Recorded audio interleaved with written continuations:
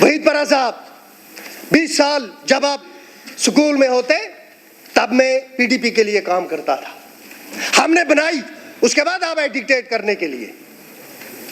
हम तो घोड़े थे, हमारी मंजिल ही नहीं थी, आप सवार बन गए, आप मंजिल आपको मिल गई।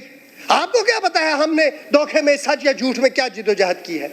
आपको मालूम है कि जब मुफ्ती साहब ने इंडिविजुअल लेवल पर मेंबर्स को बुलाया और कहा यह हिस्ट्री है, लेट मी स्पीक, मैं कभी नहीं बोलता अगर ये सियासत को उस लेवल पर लेके ना जाते जिस पर ये इसको लेके गए। पोस्टमार्टम लाजमी है sir.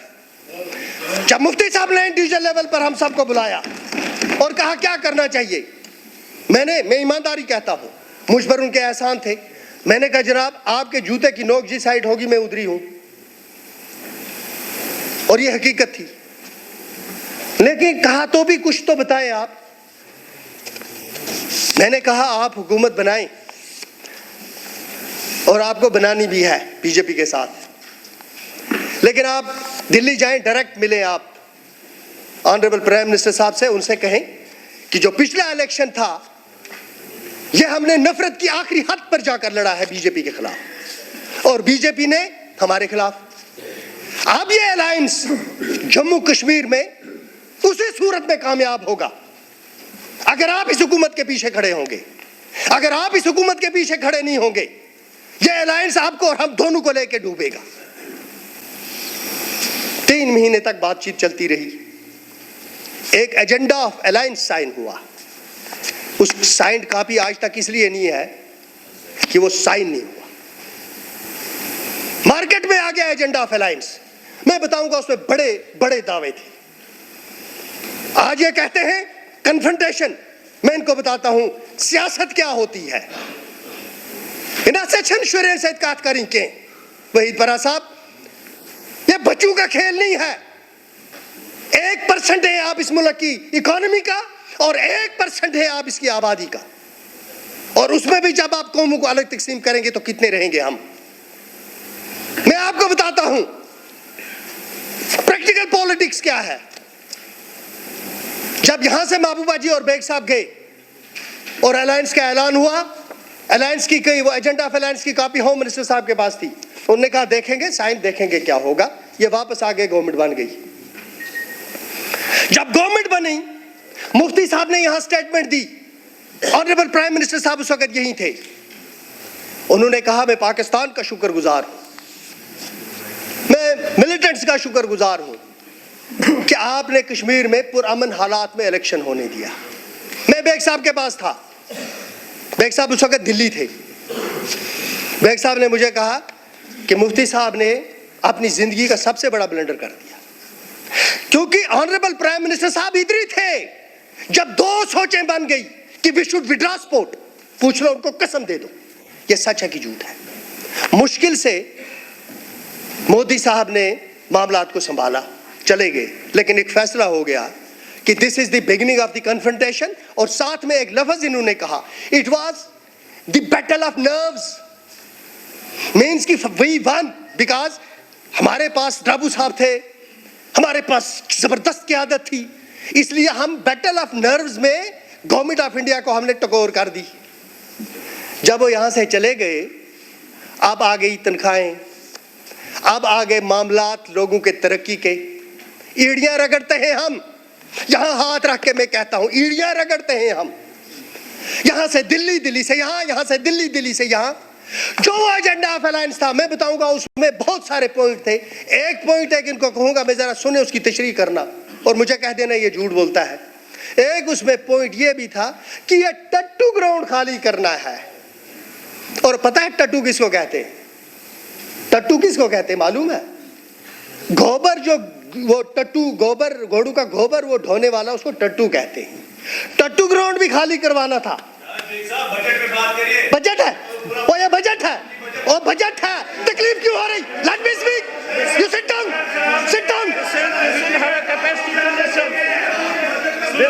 I am using my time, you sit down. और नीचे बैठ, बैठ नीचे, बैठ नीचे, नीचे बैठ, नीचे बैठ। इसको कहें मेरे आप letter, you will not decide.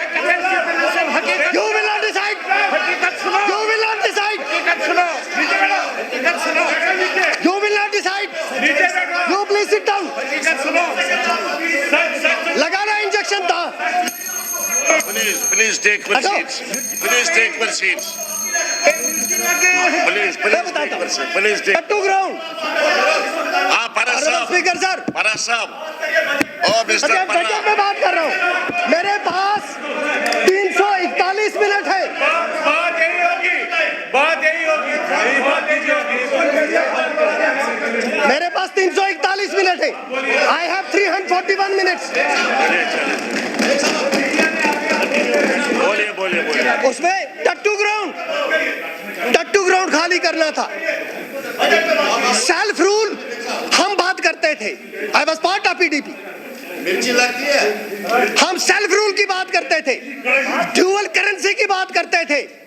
टट्टू ground 3.5 साल में खाली नहीं करवा सके, और स्टेट थी और बीजेपी साथ थी। अब दुख इस बात का नहीं है कि मेरे सफर का जो मकसद था वो मेल्टडाउन हुआ।